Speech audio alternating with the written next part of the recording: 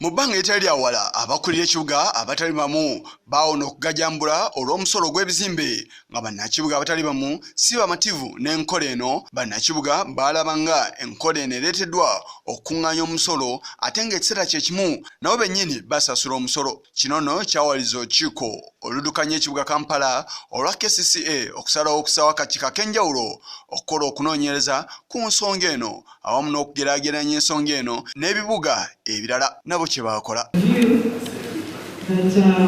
We cannot have an exempt and unpaid bracket, that a person collecting 5 million shillings does not qualify under the description of a poor person, that the request to have government fund 30 billion shillings could not be realized in a short period of time. Olunaku olwaleero ssentebe w'akakiiko kano Sambuka Doreen yasomya alipoota eno era ng'alamise na biki bye baazudde awamu ne bye balowooza nti byanteekeddwa okunnyesera. Okusinziira ku alipoota eno, singa ekibuga tekikuŋŋaanya musolo guno, emirimu gyakyo gijja kuziŋŋama era nga buli munnakibuga yandisasudde omusolo gwa bitundu 6 ku buli 100. Mu ngeri emu ne bannabyabufuzi abanagezaako okulemesa okukuŋŋaanya omusolo guno bakangavvulwe. That in order to help the authority deal with the challenge of supporting the urban poor, the Revenue Standing Committee should urgently develop a policy similar to the indigent relief policy of Cape Town in order for the targeted poor to benefit from any proposed exemptions rather than the exemption benefiting the non-intended category of people. Okubadde nga alipoota ebadde eyagala buli muntu okuggibwako ebitundu 6 ku buli 100, naye abakiise abatali bamu bagaanye okukkiriziganya n'endowooza eno era ng'omulodi w'ekibuga Kampala Ssaalongo Erias Lukwago yasoose okulaga obutali bumativu n'omusolo guno. But still it does not address the political issues.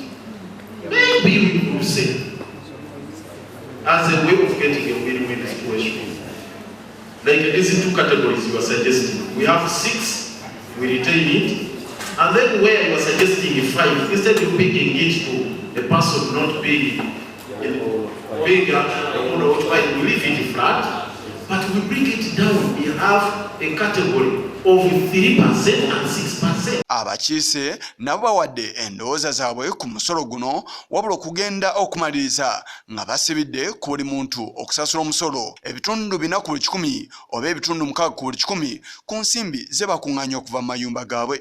We are contradicting with the vision, because the vision we are saying we should have a sustainable city.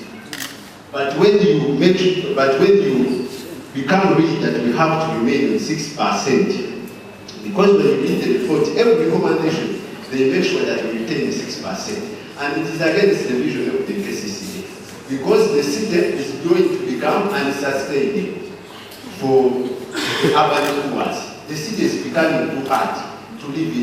Mu kusooka akola nga ssenkulu w'ekibuga Kampala Andrew Kitaka alabudde olukiiko nti singa wabaawo okuleka bannakibuga nga tebasasudde musolo guno, emirimu mingi egy'ekibuga egigenda okuziŋŋama. The signals are showing that we have to live within the planning limits that you've given us. So, personally, I wouldn't support the idea of reducing these taxes. To live in a city has never been the same as living in the rural areas. There are certain taxes you have to pay when you are living in a city. Onera awagiddwa omu ku badirekita ng'ono ye Samuel Serunkuuma ategeeza nga bwe kiri ekikulu bannakibuga okwesasulira omusolo nti lwe bajja okukulaakulanya ekibuga kyabwe. You are not under a challenge to increase taxes. Don't make it very difficult for your friends who are coming, for those of you who want to leave. Okay? Because it's going to be tricky for us to start raising taxes after we have reduced them. The culture should be either sustain that tax, don't increase it, or increase a little bit higher. Inflation has been moving on since 2005 when 6% was introduced. bano era baagala ebitundu 3/10 ku mbalira y'eggwanga zibeere nga ziddizibwa eri ekibuga nga beesigamira ku bibalo nti be basinga okuŋŋanya omusolo mu ggwanga ng'ekibuga Kampala. Isa Kigongo ku lwa Channel 44 olweggulo.